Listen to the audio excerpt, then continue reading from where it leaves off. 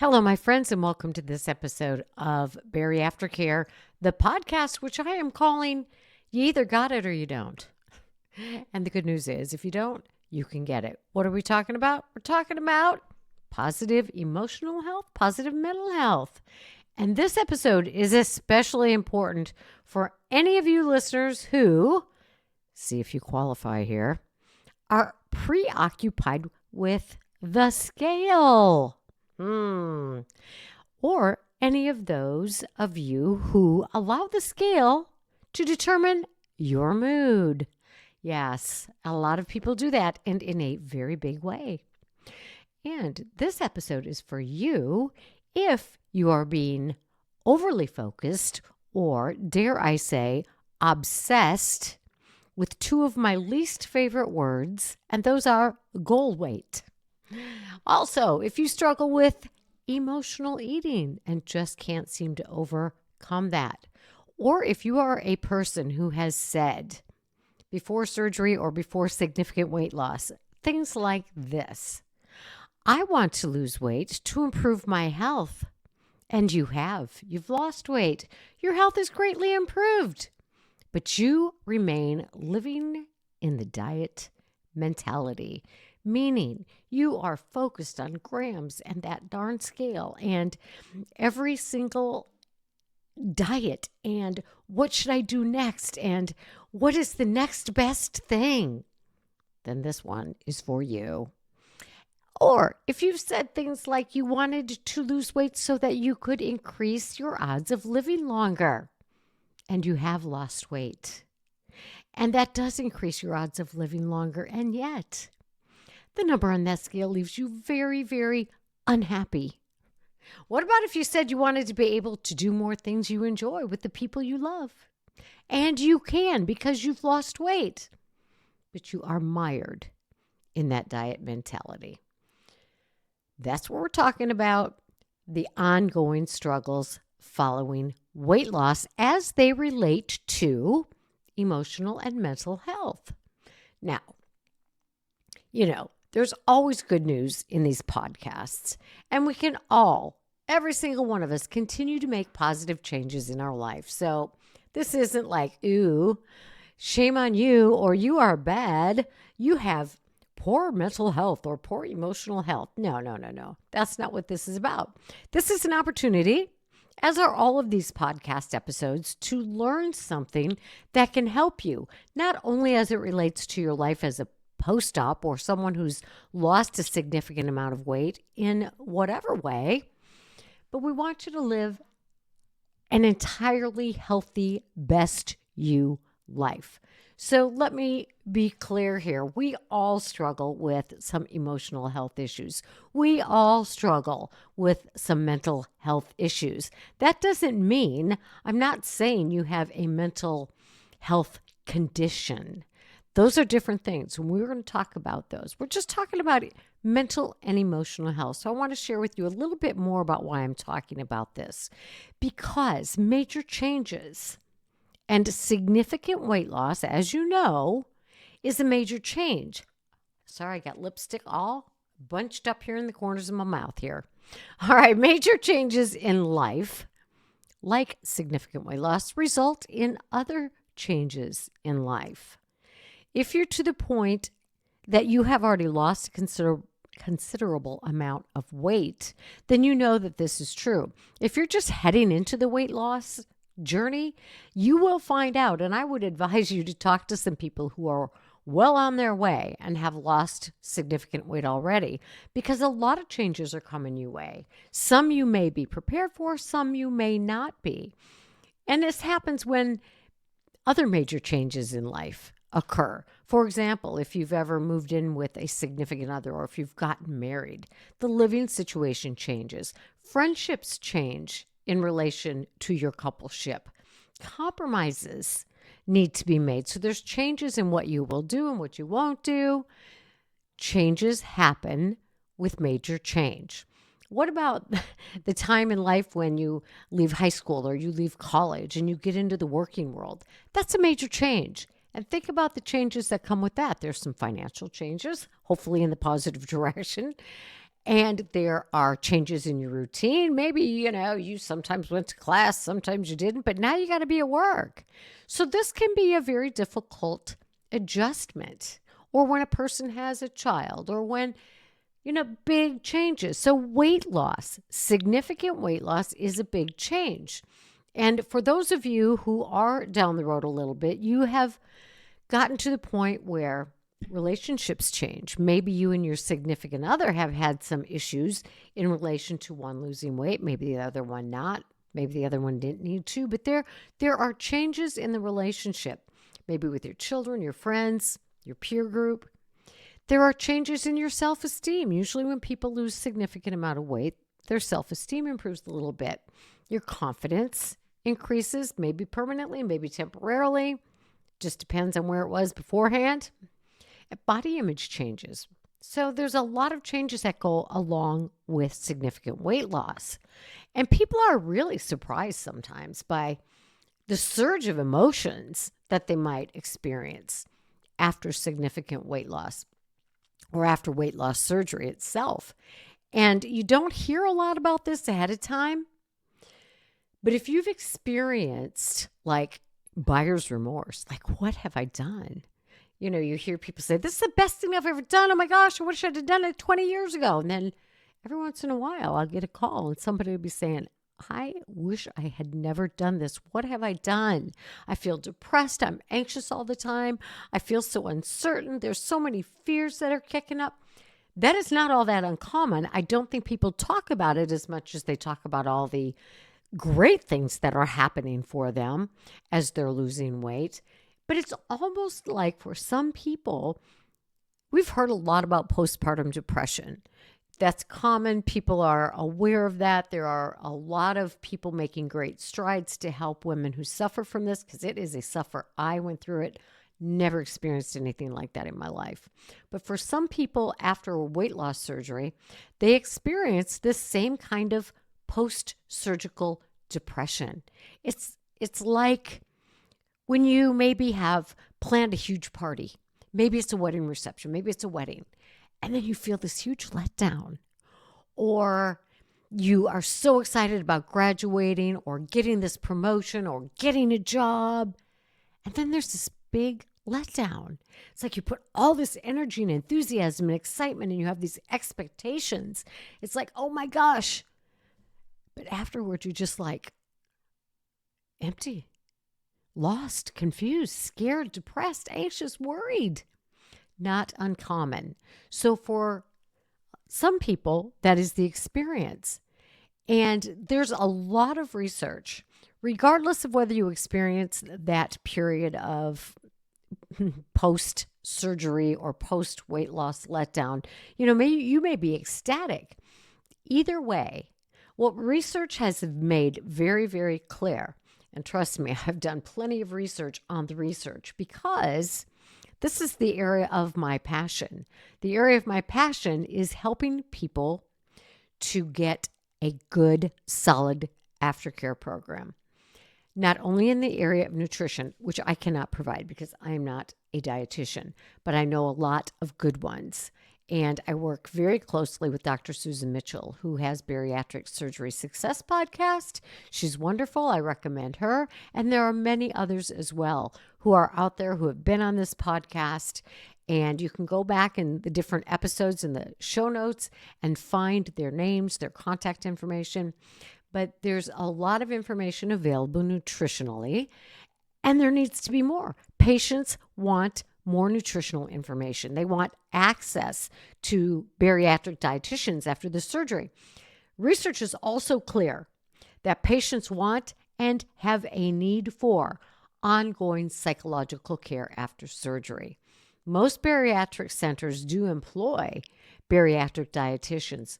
Not very many bariatric centers, whether it's for weight loss medications or surgical procedures. Not many employ their own psychological resources. Many years ago, 20 some years ago, when I started working in this field, I knew the benefit of aftercare in the arena of alcohol, drugs, addiction kind of treatment. Weight loss surgery, GLP-1s are a treatment for the disease of obesity. Just because the weight comes off doesn't mean the things like emotional eating or the psychological dependence on food or the biological dependence on food in the terms of food addiction.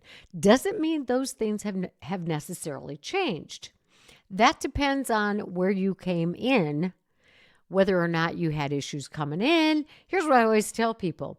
I say, if you didn't like your mother-in-law before the wedding, chances are good you're not going to be her greatest fan after the wedding. Now, that may change over the years with time and experience and whatever.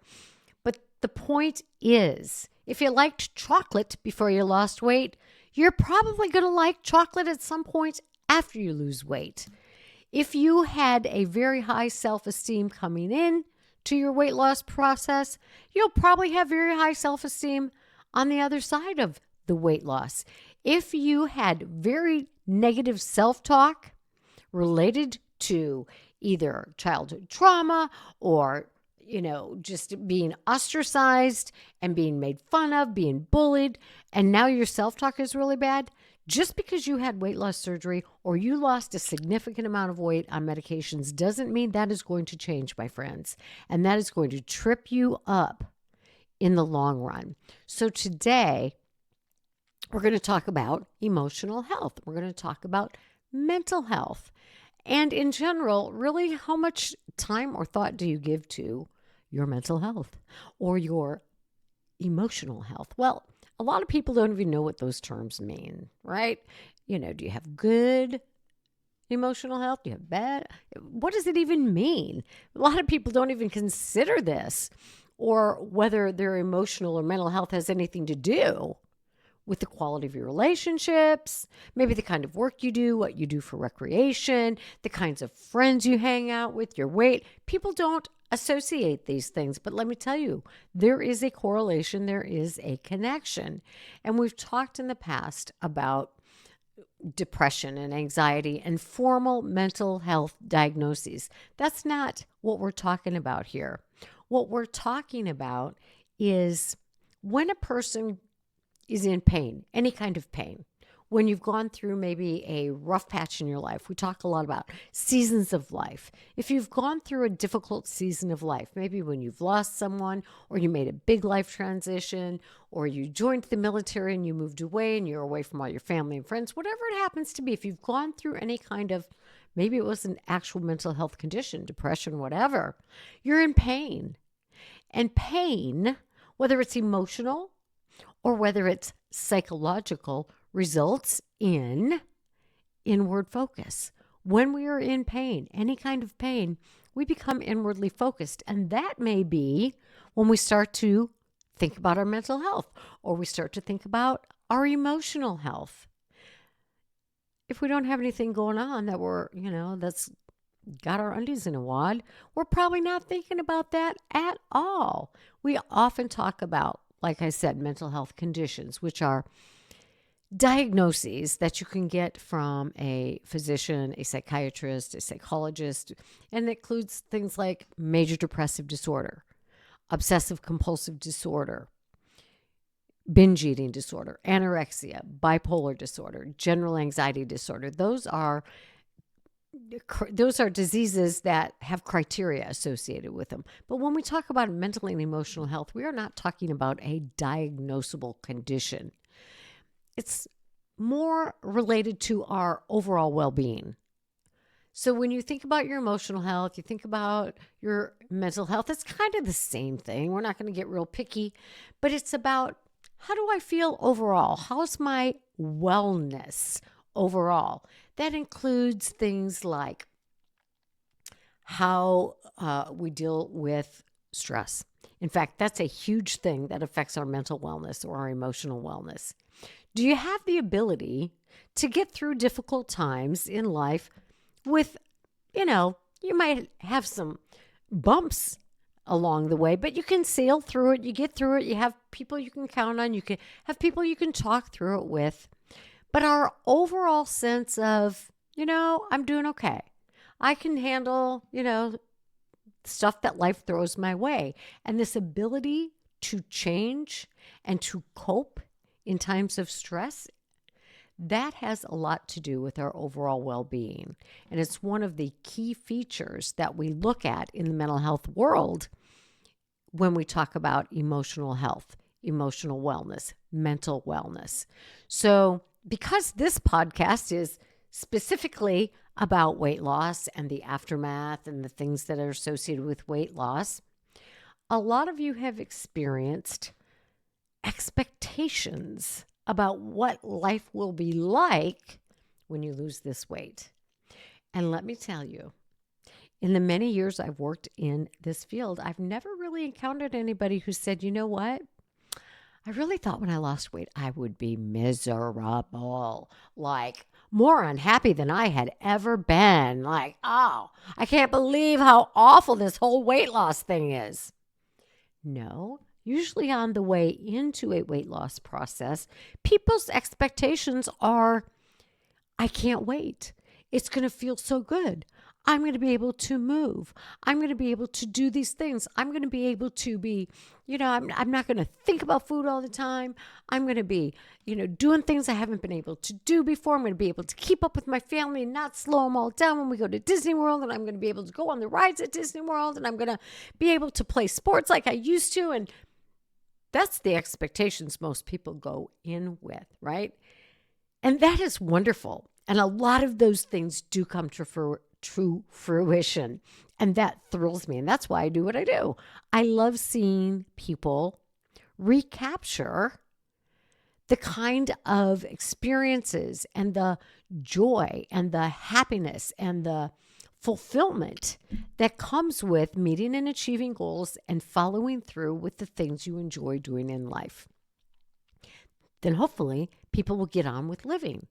And this weight loss will become this weight loss lifestyle, right? You know what the lifestyle is. It's eating the protein. It's getting the vitamins. It's making sure you drink water. It's making sure you move your body. It's making sure you get insight for your brain to deal with the changes as you go along.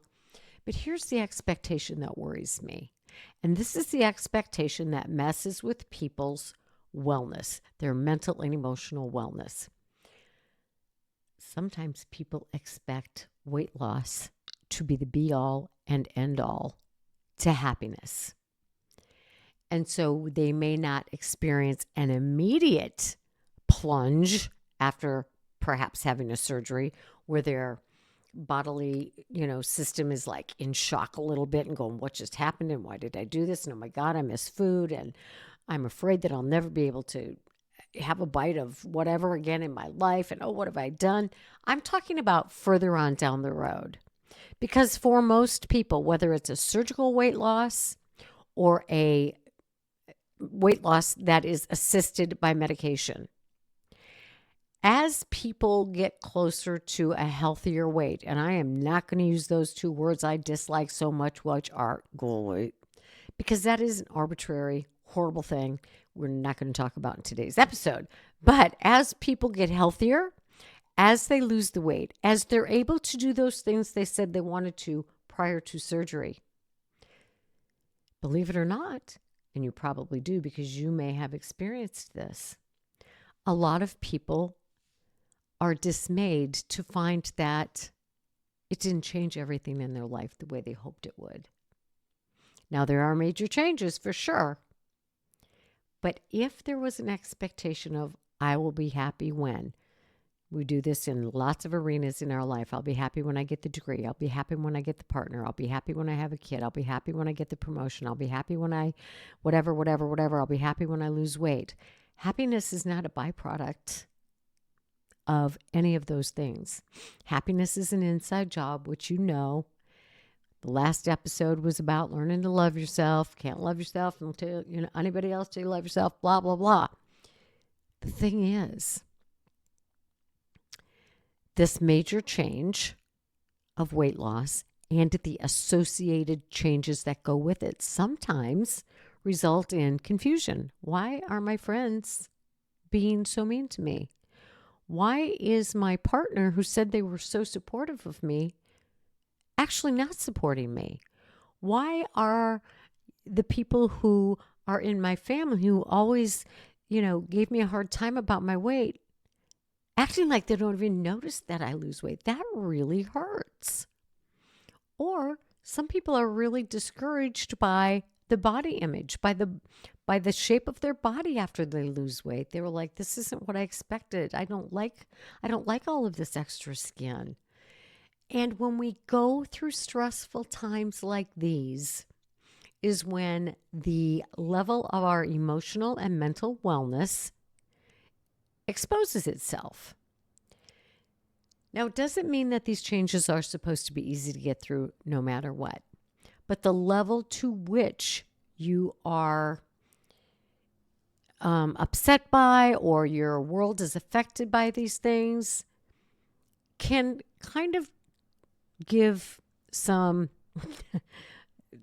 some description of your overall mental and emotional health. So let's talk about a little bit more about what these things are. Because, of course, anytime we suffer a disappointment, and I'm going to say for some people, when they have significant weight loss and there are these other changes going on with the relationships and maybe the job status and maybe how they feel about themselves or what they're experiencing with other people, the negative thoughts are still there. The desire for food is still there. The emotional eating is still there. And these can be really big disappointments. Absolutely. And when people have disappointments, it's normal to go through a little bit of a down period. If you have disappointments and you talk to your friends and you talk about your feelings and you maybe see a therapist or whatever, and you kind of work through those in a reasonable amount of time, no problems. But if this really gets you down and if you fall into a major depression or if your anxiety spikes, you're going to want to get some more intense help to work through these things. It doesn't mean you have a mental health condition. But mental and emotional health, again, are about your overall state of well-being, your social well-being. How do you get along with people generally? Your psychological well-being. How easily do you bounce back?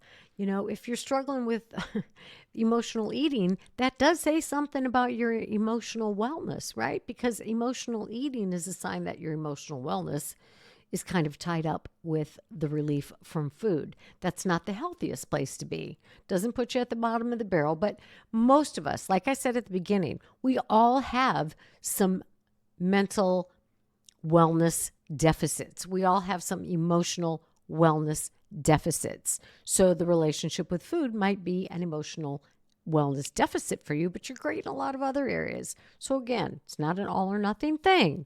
But we're talking about an overall state of well-being. We're able to cope with stress. We realize what our abilities are. That means we're able to say what we're good at, friends. Translated, can you do that? Or is that negative self-talk just so much stronger than I'm able to say the things that I'm good at? Are you willing to learn? How's things at work? How are things at work? Is your work life well? Do you contribute to your life?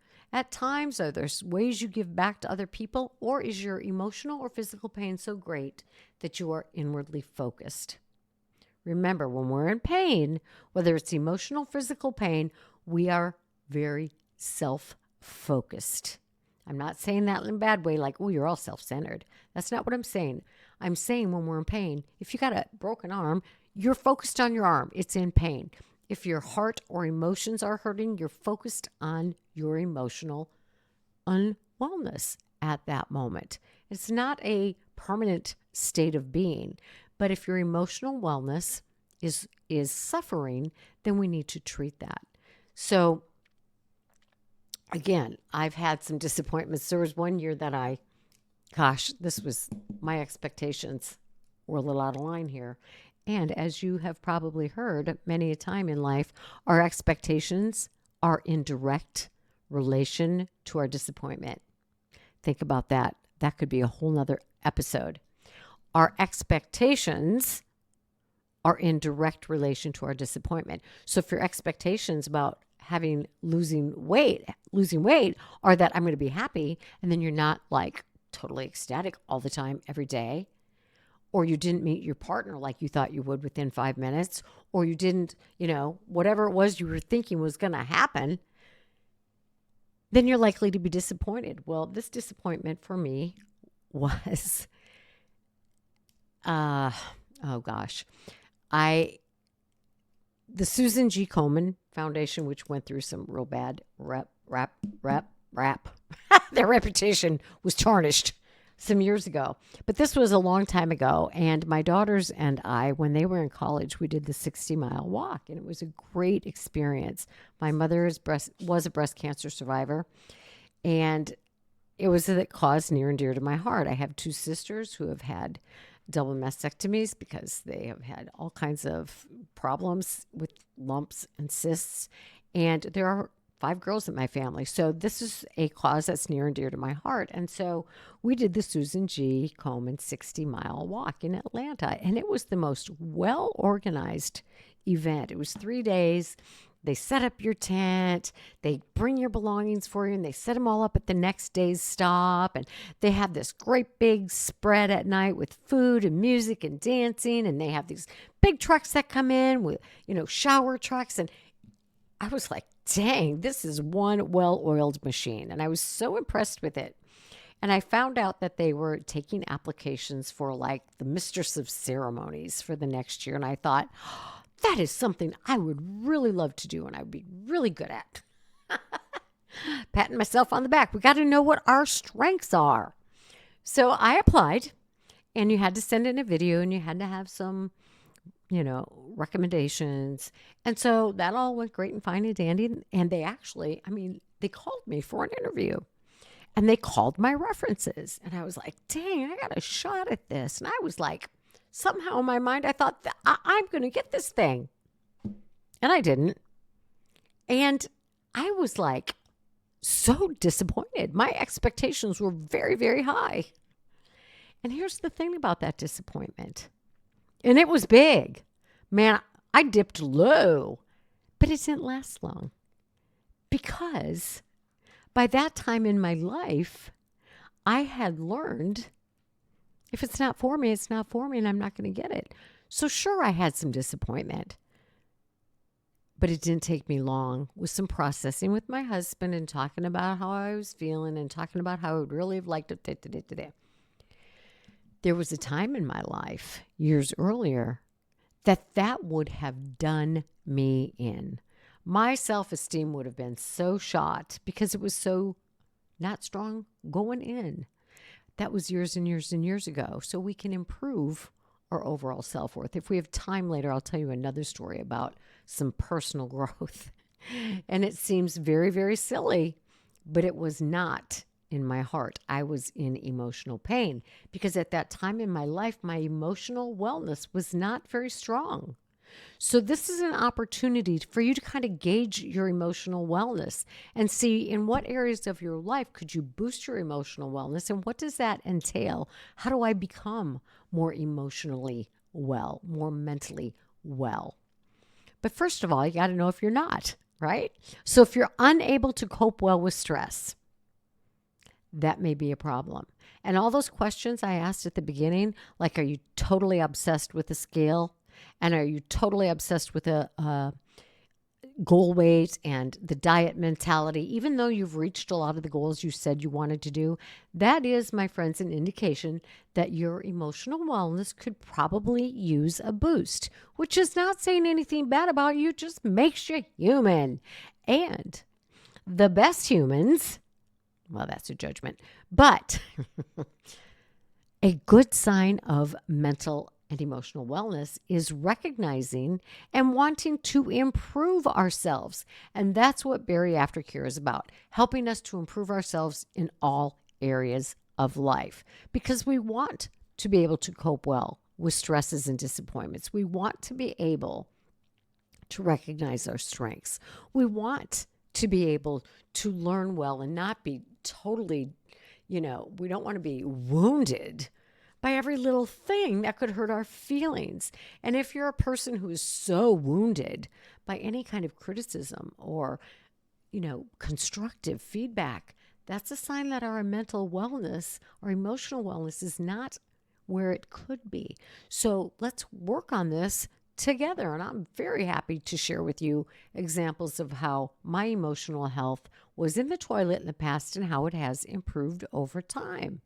So, your attitudes, your thoughts about life, what's your outlook on life? What is your self talk? Is it positive or is it overall negative? Those are the questions, including how well are you able to cope with stress, that kind of give us a gauge about your emotional and mental wellness. We have to be able to learn to accept life as it is, the disappointments, the good things, so that the disappointments we don't plummet when those things happen. We don't crash when someone says something unkind about us. That is about them, by the way. But we don't let it deflate us. So, some examples of emotional wellness would include if something happens in your life and it is distressing and it is disturbing and you are in some emotional pain, do you have somebody to talk to? Do you have confidants? Do you have people you trust in? A, that's A. B, are you willing to do it? Are you aware enough of what you feel and how you feel to describe it to somebody else? And are you willing to be vulnerable enough to talk to people about it? And do you feel supported by the people in your life? Now, I want you to think about this because some people will verbalize, oh, of course I support you. Yes, I support you. Yes, I support you.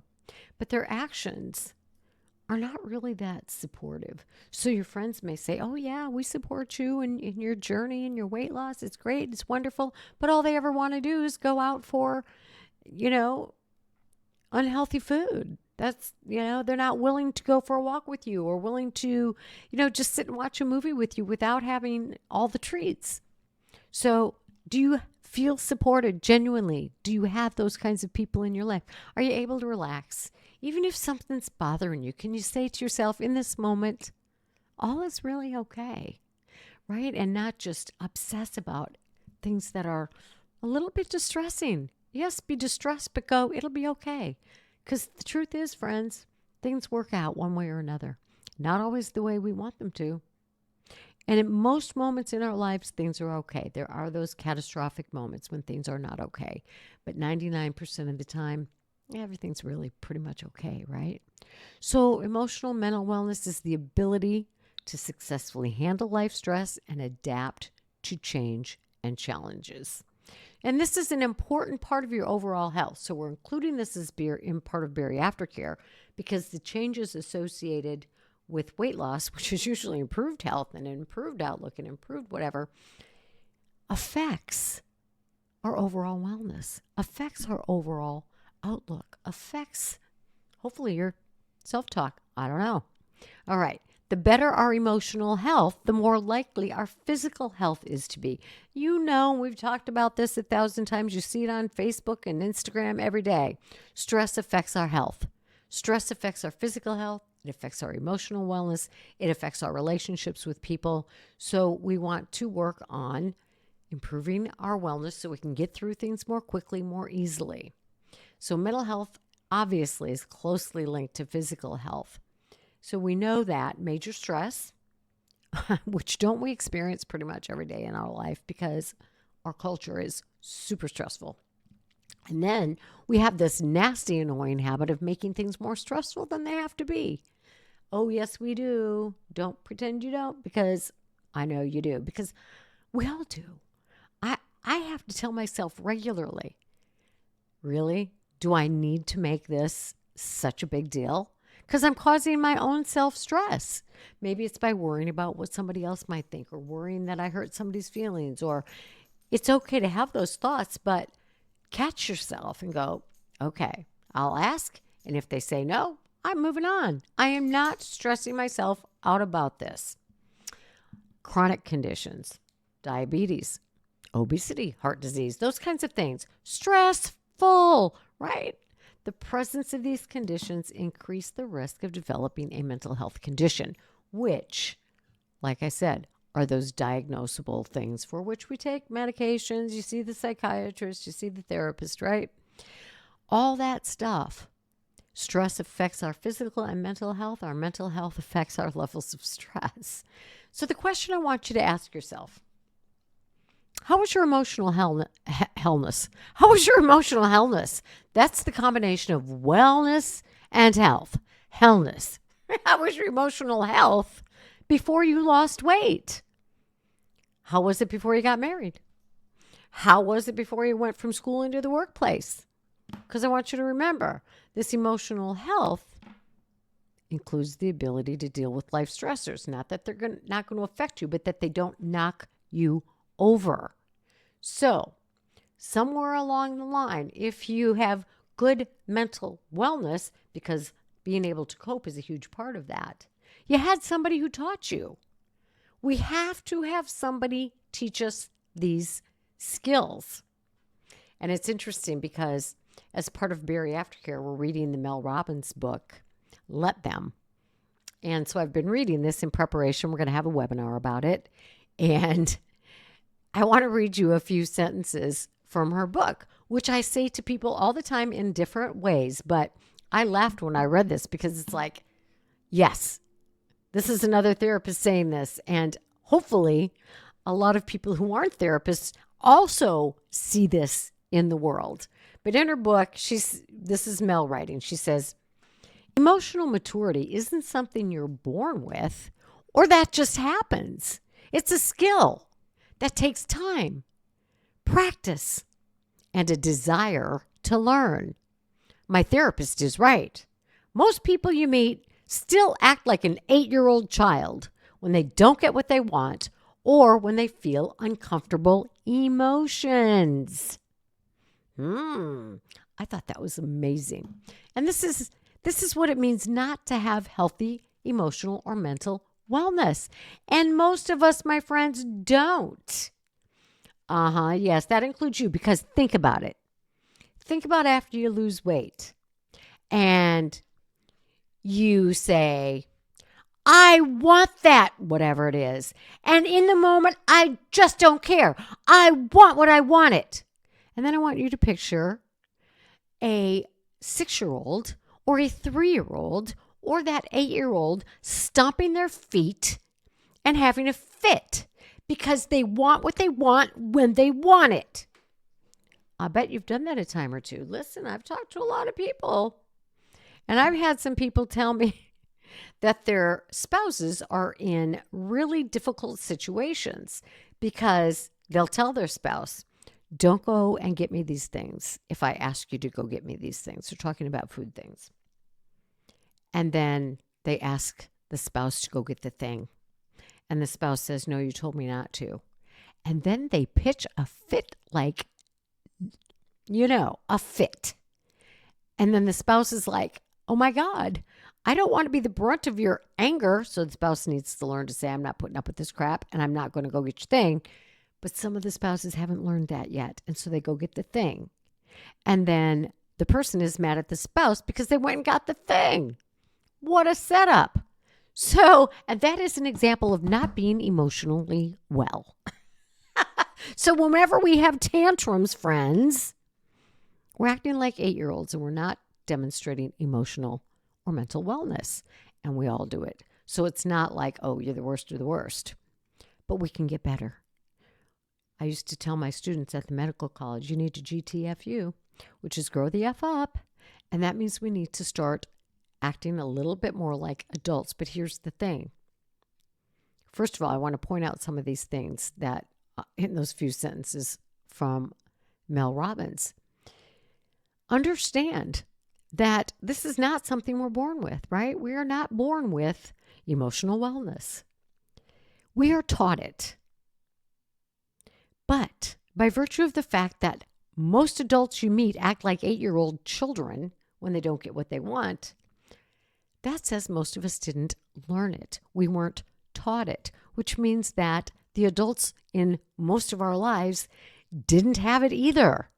So it's not you're either born with it or you don't. I titled this, you either got it or you don't, but that's because you either chose to work on it or you didn't.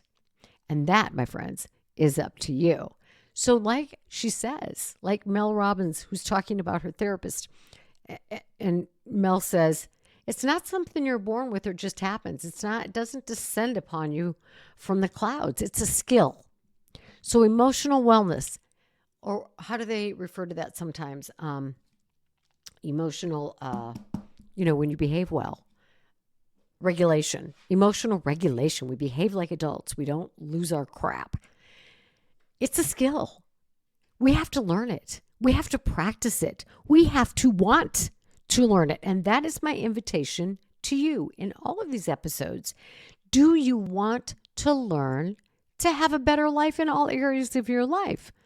That's what this podcast is about. But how do we learn this emotional wellness? Or how do we learn to deal with the disappointments when we don't get what we want, or when we are disappointments, or when we're disappointed, or when our expectations may be out of line, or maybe we didn't think they were out of line, but we see later, like in the case with weight loss, a lot of times, this isn't what I thought it was going to be like.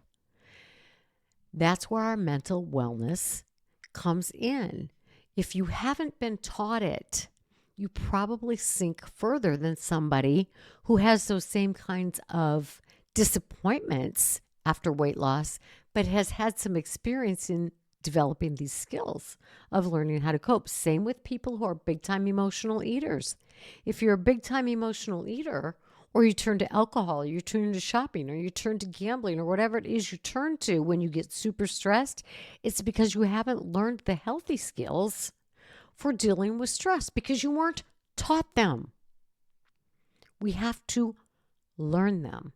So, if you had adults in your life, it could be your parents, your grandparents, your teachers, your coaches, your Girl Scout leader, whatever it was, who were really there to listen to you. If you had a problem, bring it on. Come talk to me. Who regularly asked you how you felt about things. Well, what did it feel like when your teacher quit in the middle of the year? Or your best friend just moved. How are you feeling about that? Or, you expected to do really well on this exam and you didn't do as great as you thought. Or what's that like for you? Or the neighborhood kids just shut you out. They're playing with everybody else. How are you feeling about that? And if these people were involved in your life and showed an interest in the things that interest you. Oh, you like art? Oh, draw me something. Or what's your favorite form of art? Or, oh, you really like those gymnastics. Do you want to show me what you can do? Did they support you through difficult times? Most kids go through a time when they're, the one left out of the crowd. Overweight kids go through it more than other kids. Did you have somebody who helped you work through that? Did they teach you how to cope with these difficult things that maybe you went through? Did they encourage your interests? Did they set boundaries for you? Did they take what you said seriously? Or, oh my God, where did you get that? Oh, that is the most ridiculous thing I've ever heard. So I'll tell you a fun little story. My grandsons were over here this last weekend, and they're 2 years apart. And they are very competitive with each other. Now, my husband grew up with there are 5 boys in his family. So he understands this battling between these 2 boys much better than I do. Not that growing up in my house with my 5 girls and 1 brother, there was battling, but it was very different than what these boys were doing. And they got into it. And so the younger one's crying and the older one's being physical. And I'm like, calling it quits. So I said, Steve, go talk to these boys. So he did. And then I also spoke with them. So I think they were probably expecting when I called them in to chat with them that Gigi was going to, kick their butts. So the younger one, he's 10. And he's the one that's crying. And he's a cuddler. So he sat down in the rocking chair with me and I just snuggled with him and I said, what's that all about? What is going on there? So I'm sure his expectation was that he was going to get his butt chewed. And I snuggled him and we talked. Now, I didn't get that when I was a kid, and a lot of us didn't. And I didn't snuggle the soon-to-be 13-year-old. He wasn't having any of that, but I didn't chew him out either. It's just, come in here, let's talk about this. How are we going to handle this differently going forward? So did you have somebody in your life like that? A lot of us didn't. And if you didn't, chances are you left home like I did, pretty emotionally immature. My emotional and mental wellness was not that great upon leaving home at the age of 17. But if you did have people in your life, or maybe even a person who gave you that kind of education, who helped you through tough times, who listened to you, your mental wellness is probably pretty good. You're probably able to get through difficult things, even though they're difficult and still hurt, with less fallout than some of the rest of us. Now, there are risk factors that make it really difficult for kids to come out of childhood with healthy mental and emotional wellness. Factors such as discrimination. So if you grew up with either racial discrimination or discrimination because of your weight or the color of your hair or the height of your body or whatever it happens to be, discrimination is a social factor that makes it real difficult to have really good mental and emotional wellness.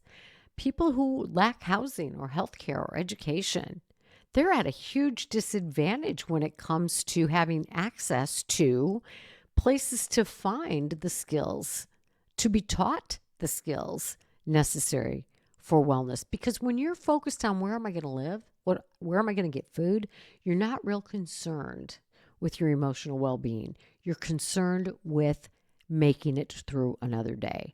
So there are factors that can work against people like unemployment or lack of economic or job opportunities. So if your parents were all stressed out because things were tough for them, they probably weren't as focused on teaching you mental health skills, or maybe you got really lucky and they were.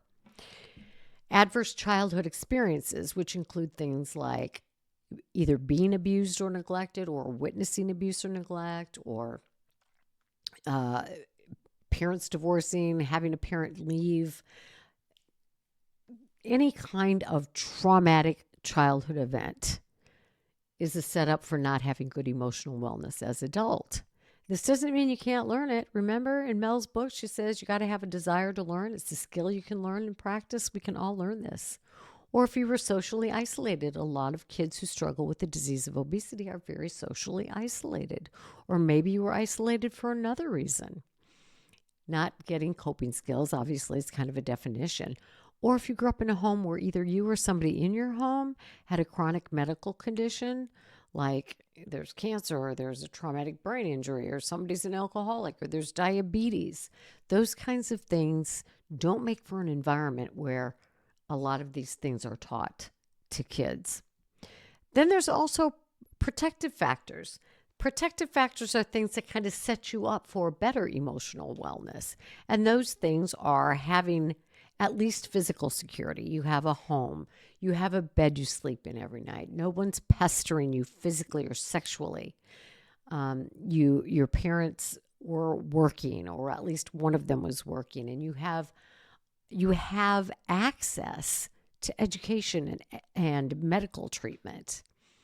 And if you did have good friends and your parents had good friends and there was communication and there was talk of feelings and emotions, you were taught positive skills. If you lived in a safe community, those kinds of things set you up for positive wellness. So we got to take all these things into consideration and assess yourself honestly based on the questions I asked at the beginning. Have you lost weight, but you're still obsessed about the scale? Or you've lost weight and you're still obsessed about, comparing yourself to the other person who lost weight quicker than you did, or whatever it is. If you're doing those things, if you are badgering yourself and you're constantly beating yourself up with negative self-talk, or you're putting yourself in unhealthy situations, we got to work on that emotional wellness. Now I'm going to read you a list of some indicators, some of which I just shared that are specific to the weight loss journey, right? Being obsessed with a weight.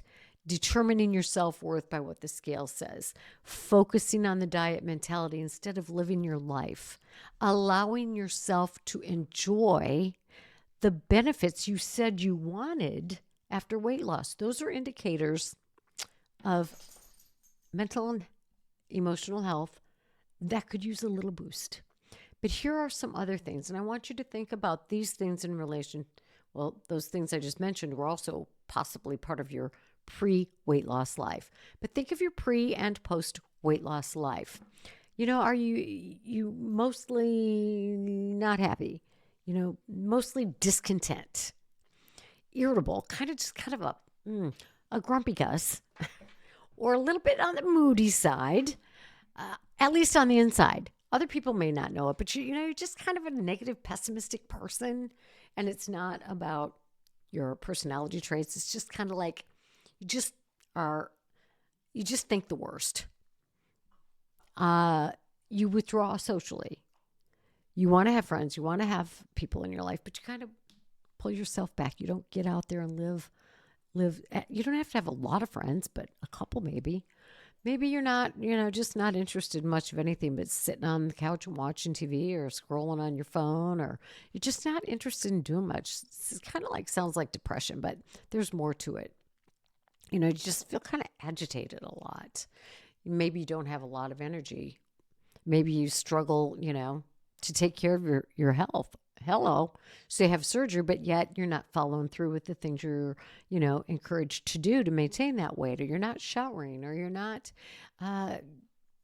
taking time to get out there and move, or sit on the couch and lift some hand weights. You're just neglecting your self-care. You're not going to the doctor, those kinds of things.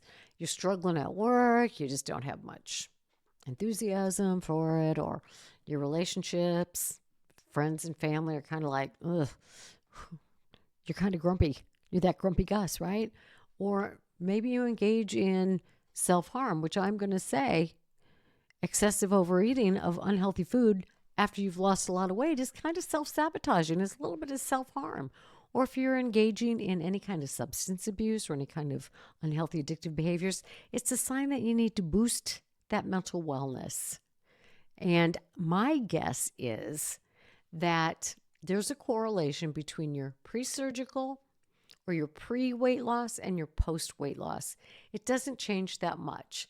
There may be a period of time where you think everything is great and wonderful and dandy, but after the weight loss settles down, you're like, oh, I just expected life to be different. It's not what I hoped for afterwards.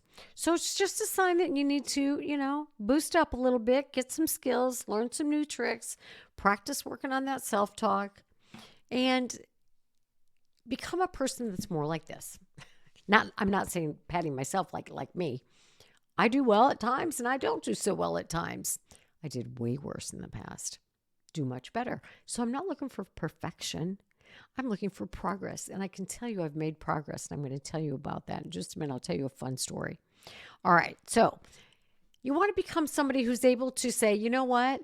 This situation, my job situation, or the stuff going on with my parents, or the stuff going on with my spouse or my kid, it's causing me some emotional pain. But this is what I'm doing to address it. So it's not about not having anything not pleasant go on in your life. It's about dealing with it in the best ways possible. Not avoiding it, not drinking about it, not overeating about it, not hiding. It's addressing it. And they don't let the scale make or break their day. That's an acknowledgement that, I'm not too happy about this, but this is what I'm going to do to combat that. Not, oh, God, why do I even bother? I just give up. That is not emotional wellness. And people with emotional wellness have a pretty good sense of well-being. They feel content. Doesn't mean everything's going smoothly. It means, this is really a pain. It's going to be okay. This is what we're doing to get through this. So it's, you know what? I thought I might lose more weight, but the weight I did lose, it's allowed me to do this and this and this, and I get around better and I feel better. That's emotional wellness. No more diet mentality. No more I'm going to restrict myself, all or nothing. I'm doing everything or I'm doing nothing. I eat all the carbs or I eat none of the carbs. I exercise 12 times a day or I exercise none at all. None of that. Emotional wellness is I exercise when I fit it in and I mark it in on my schedule so that I have placeholders for the exercise. Every once in a while, something happens and it doesn't take place. But for the most part, I'm happy with the work I'm putting in. Coping with life events, right? It's like, oh, so-and-so came to stay because of the hurricane and they never left. It's not the best situation, but there is a plan in place. We're going to get through this. But it's being able to say, I am not happy about this. These are things that are upsetting me. It's verbalizing, letting yourself be real. And then if you don't know how to deal with it, seek advice. Get wisdom from other people. It's learning the communication skills to get through the difficulties and the changes in relationships after weight loss. It's learning the skills to set boundaries with the food pushers. It's learning the ability to say, I'm sorry, I'm not willing to go there because it's not a safe place for me physically. Whatever it happens to be, you look for solutions. You talk about when you're unhappy. You talk about the things you're struggling with, and you talk about the good things. And that self-talk changes. All right, in a minute, we're going to talk about how a healthy emotional mental wellness, wellness and health relates to life after surgery, okay? But I'm going to tell you a story of some personal progress. Many years ago, when my girls were seniors in high school, which meant, let's see, I had been in recovery and therapy for at least 6 years. My mental wellness was still lacking in some areas, as it is today, 30 some years later. But let me tell you the extent and the circumstance. One of my personal issues that was a trigger for me was never really feeling very smart, which is probably why I had to get a PhD to prove to myself that I was. That's another story. But so I was already finishing school. I had finished school. I was in my first job. And my husband and I, he had to go to California for a work trip. So I went along with him, and we decided while we are there, we were going to go beyond the Price is Right. So we made some shirts and did all the Price is Right things. You know, we're like, woohoo, we're going to go beyond the Price is Right. And my daughters, like I said, they were in high school. Well, they were old enough to drive, so they were at least 16. Now this was almost 20 years ago because they're 38. So, oh gosh. So we go out there, we go to California, we stand in the line, we go through all the rigmarole. I have my Price is Right shirt on, and I'll be darned if I was not the first contestant called down to Players Row or whatever the heck they call it. So there I go, bebopping down. Bob Barker was still doing the Price is Right. It was one of his last seasons. So I'm the first person called down. And my girls told me before I went, you have to win us a convertible. You have to win a car, bring us home a convertible. I'm like, oh, no pressure there. And the night before we leave, my mother said something to us that just hit me in a place where I was not yet very healed. It hit me in the "you're not very smart" button. And what she said was, if anybody gets on that show, it better be Steve.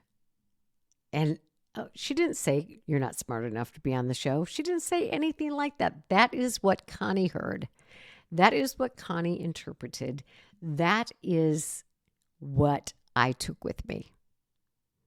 I'm not smart enough. Now, Jeopardy, granted, not a chance. Price is Right. I could probably hold my own, Mom. So we go there, and this is in the back of my head, right? I'm the first contestant called up on stage. And I win the price of whatever the heck it was that I was playing for. And I won, I guess it was a refrigerator and a freezer. I don't know. That's what it was. And so I am now on stage playing my game. And guess what I'm playing for? Yes, a Mustang convertible. And so my game, required a whole lot of intelligence. I had to say, is this number above or below the one that you're showing me? And if I got it right, I think the horn honked or something. And if I got it wrong, it didn't. Well, I go and I get them. I'm to the last number, and I've gotten them all right. And I get to that last number, and it was some number, and I said the number was going to be over, and it was under. And I did not win that car. And I honestly felt like I had been gut punched. Like I was the most stupid. I was embarrassed. Like, this has nothing to do with intelligence. But you would have thought I had just flunked a second grade math test. I was so mortified. And yet I was on, I spun the big wheel and I was in this showcase. And then what happened in the showcase? I'm playing against this guy and I passed, I think, and he guesses on it. And then I guess on my showcase. I guess on my showcase price, and the audience collectively goes, oh. And I'm like, oh, geez, that isn't good, right? So the guy went like, he was way under, like he was thousands of dollars off his showcase. So I'm feeling pretty good, except that the audience had groaned. And I went like $400 over my showcase. So now I am doubly mortified. Now, this is a freaking game show. This is a game show. It has nothing to do with anything.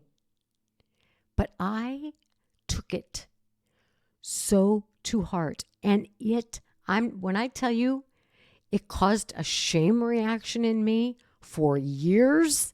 Anytime anybody mentioned it, anytime I thought about it, I was so embarrassed and mortified and felt so stupid. It was a game show. Okay. That was a very good indicator of my mental wellness in that arena of life. All right. Fast forward 15, 20 years, 15, and more therapy, more personal growth, more learning, more practice in life. And I've made some progress in some areas. Now check it out when I tell you. My husband, my daughter, her husband, that's my husband, me, my daughter, her husband, and my son go on the Family Feud. Yes, we did. Yes, we did. Now, keep in mind, we are all pretty intelligent people. And one of the things my therapist told me 30 years ago is, Connie, you need to trust yourself. So we're playing the Family Feud, and they put the question up, and I have this answer in my head, and I'm like, no, that's not going to be on there. Every time I did that, sure enough, the answer was up there. But I didn't say it because I didn't trust myself. So, okay, here comes the finale. Now, we score 0 points, all right? I'm just giving you the end story. Our entire family scored 0 points. But we have a chance here in this last question. And I'm like, please don't let me be up. Please don't let me be up. Please don't let me be up. And it was my turn to be up at the buzzer.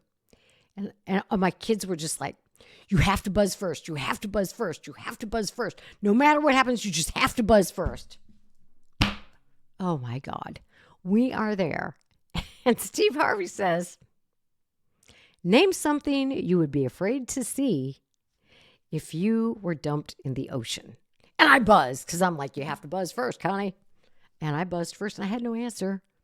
Now, there's a pretty come to your mind answer, right? Most of you are thinking it right now. And I'm standing there and I'm literally bouncing and jumping around going, a man in a Speedo. For God's sake, a man in a Speedo? That was my answer on public television. That did not make the survey, and we got no points that whole round. We walked out of there with 0 points to our family. Now, let me tell you, the difference between my response 15 years later in a mortifying situation, all I could do was laugh. I thought that was the funniest thing on the planet. I was not beating myself up. I was not disparaging myself. I was not thinking, what an idiot. Well, I was kind of thinking that, but I thought it was the funniest thing, and I still do. And that is a reflection that my self-worth, my self-esteem, my mental wellness had definitely improved because it was like, okay, Don't ever ask me to be on another game show, though. I am through with it. But I'm telling you, I laughed, and I hope you're laughing with me. But that's a good example of how we can learn and we can grow and we can develop and we can learn not to let those things pierce us and just wound us to the core. So here are some things that you can do, like I have done, to improve my mental wellness over the years. First of all, you got to learn to identify your feelings. So many people, and I was one of them when I went into treatment and into therapy, couldn't identify a feeling to save my soul other than anger. I knew what it was to be angry, but I couldn't identify sad or lonely or frightened or anxious or worried or, you know, dismissed or, any of those feelings. So we have to learn to identify our feelings, and then we have to speak them out. Because if we don't say to someone how we're feeling, we eat at them, we drink at them, we bury them, and we get ill. Because buried emotions result in stress. Stress makes us sick. All right. Another thing you can do in addition to identifying and talking to somebody about your feelings is build a social support network. If the people in your life have changed after surgery, the relationships have changed, build a solid network of support with people who will support you, not just with their words, but with their actions, who are willing to listen to how you feel, who are willing to go through the dark times, the good times, the upset times, the joyful times, who will celebrate with you, who will remind you, I don't want to hear you talk about my friend that way, meaning you're talking bad to yourself. Practice self-care. The more ways we can take care of ourselves and find people who can help take care of us, make time to read, make time to relax, get outside, take some time away from the grind. Take care of your physical health. Go to your doctor's offices. Get those eye exams. Get those breast exams. Get those all kinds of exams. Choose the healthy foods. Follow your bariatric specific way of living, meaning a lot of protein, nothing's off limits, but you might want to be mindful about your serving sizes, how often you eat certain kinds of foods, unless, of course, you're a food addict. Then there's a different issue. We're not going there right now, but take care of your physical health. Get enough sleep. A lot of us, not very good at that, myself included, working on it. Make sure you exercise. Of course, limit alcohol use, limit any kind of substance use or any unhealthy behaviors that are going to lead you into an unhealthy place where you feel bad about yourself. Practice some mindfulness, being here in the moment. We talk about learning to eat mindfully, but also be mindful when you're with your friends. Don't be thinking about what you should be doing at home.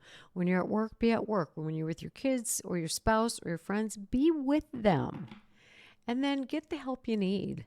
Find a bariatric coach. We've got 2 of them who are part of bariatric care. They're peer mentors who have gone through a coaching process. And so they know how to be professional coaches. They are bariatric patients. They understand the journey. Get a therapist. Get a marriage and family therapist. We have one of those in bariatric care too, Tabitha. Tabitha and Shay are both bariatric coaches. So reach out and learn ways to reduce your stress. Breathing techniques. Taking a time out for yourself. Try to develop this positive mindset. Always, I talk about get rid of that negative thinking. Get rid of that stinking thinking. And learn to hold on to the positive emotions, giving yourself credit for what you do. I have a form that we use in bariatric care called the Daily Form. You can get it in my bariatric journal on Amazon. That takes you through your day and helps you look at what you've done well, helps you set your goals for the day, helps you take accountability for the things you did do, and gives you a place to say, if I messed up on something, what can I do to make that right? Do I need to make amends to somebody? How can I set myself up to succeed next time? So know what your values are and make your decisions accordingly. And be grateful. Find something to be grateful for every day. It'll help with that overall mental wellness, looking for the good in things. And also spend time with positive people. Do things that that bring you some joy, that are healthy for you. The social connections, of course, absolutely critically important. Learn to cope with loss, the loss of food, the loss of social activities surrounding food, the loss of things that you did with friends that were food related. Develop some new habits and hobbies. So, a lot talked about here today. I hope you enjoyed my anecdotes of my personal growth and prior to the personal growth. So, take home messages: recognize your emotional strengths. You've got emotional health in lots of ways. So, look at your areas of emotional health and then say, what do I do in these areas that I could be implementing in this other area of my life? Get the help that you need to A, live this healthy lifestyle, and B, enjoy it. Enjoy the lifestyle. Enjoy the benefits that you have obtained from this weight loss. And recognize your emotional weaknesses. Excuse me. Oh my goodness. The realities of life, sneezing. And I'm not even editing that out. So, God bless me. And then focus on positive self-talk, okay? It's one of the best ways to improve your emotional and mental wellness. So again, while this episode focuses somewhat specifically on weight loss and your weight journey, it's also about life. It's not just a bariatric issue, it's a life issue. So share this podcast with people in your life, regardless of whether or not they're on a health or weight journey, because life is life and we are all humans. And like Mel's therapist said, most people act like 8-year-olds. So, you don't have to tell them that when you share the podcast with them, but hope they catch it. We all need to improve our ability to cope and our ability to celebrate the good things in our lives, especially those ones we are creating ourselves. So, thank you for spending your time with me. I very much appreciate it. And I will see you next week. We got another episode coming. And it's going to be more of a, maybe a little playful, a little more fun, but a very real one. And it's going to be about food pushers and how to handle those situations. And I stole this idea / borrowed it from Dr. Susan Mitchell, whose podcast is Bariatric Surgery Success. We recorded an episode, we meaning myself and 2 other dietitians, bariatric dietitians, recorded an episode with Dr. Susan on this very topic earlier this week.